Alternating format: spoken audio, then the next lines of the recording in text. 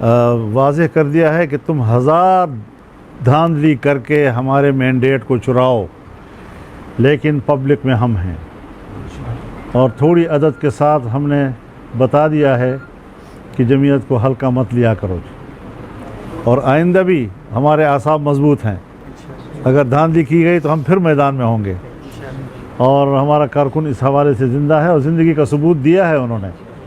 شاید اسٹیبلشمنٹ کا یہ خیال تھا یا ان کے ایک جرنیل کا یہ خیال تھا، جو ہمیں معلوم ہے کہ وہ کون تھا، جس نے ہمارے صوبے میں ہلڑ بازی کی ہے، بلوچستان میں ہلڑ بازی کی ہے، تو ان کو معلوم ہونا چاہیے کہ 2018 میں جس طرح ہمارے حوصلے بلند تھے، 2024 میں بھی ہمارے حوصلے کم نہیں ہوئے، اور ہم نے چاروں صوبوں میں ملین مارچ کر کے بتا دیا ہے کہ کارکن ہمارا زندہ ہے اور وہ اپنے ساتھ ناانصافی کو کسی قیمت میں برداشت کرنے کو تیار نہیں ہے۔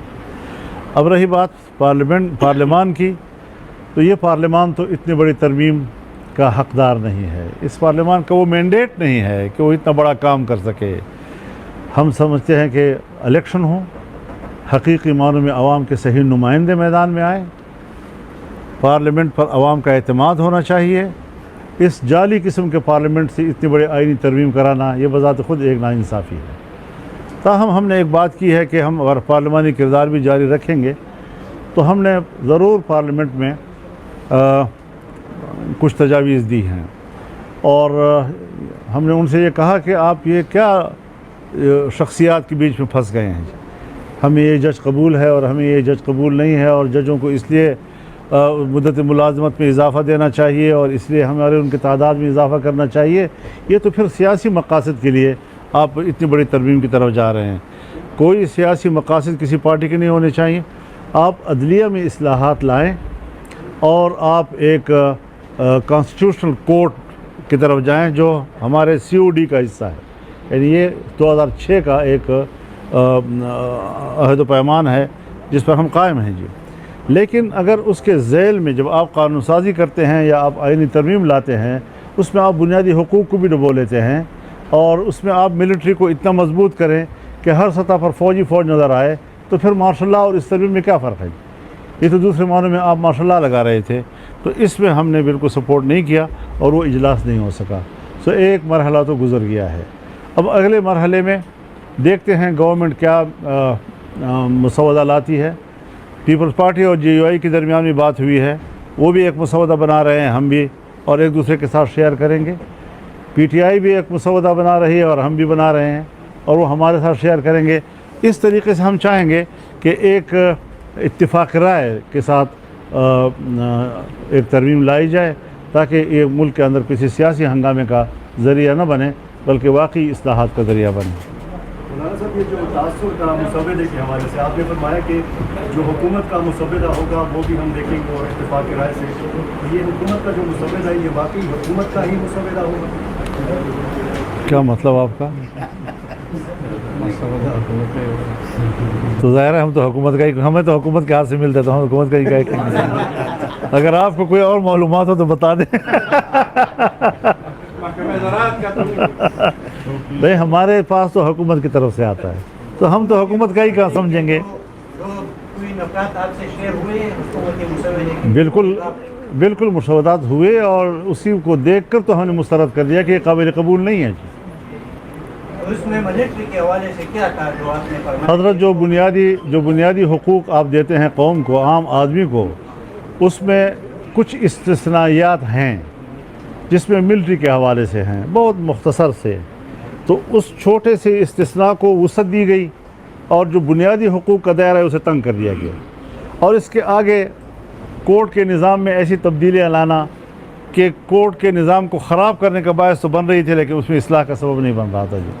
تو بہت سی چیزیں ایسی ہیں کہ جس میں ہم سمجھتے ہیں کہ پارلیمان جو ہے وہ خود مختار رہے، اس کی خود مختاری پر اور اس کی بالادستی اور سپرمیسی پر کوئی کمپرومائز نہیں ہونا چاہیے، اور ترمیم بھی لائیں تو ایسی ترمیم کہ جس سے پبلک کو ریلیف ملے، جمہوریت مستحکم ہو، اور ہر پارٹی کو اپنا منشور جو ہے وہ پارلیمنٹ میں لانے کی صلاحیت ہو۔ لیکن یہ ہے کہ اب پارلیمنٹ ہمیں اللہ نے ایسی نصیب کی ہے کہ ہم اس کو عوام کے مینڈیٹ نہیں سمجھتے۔ پارلیمنٹ بلوچستان اور خیبر پختونخوا کے دو ایشوز، ایک جو امن و امان کا مسئلہ ہے،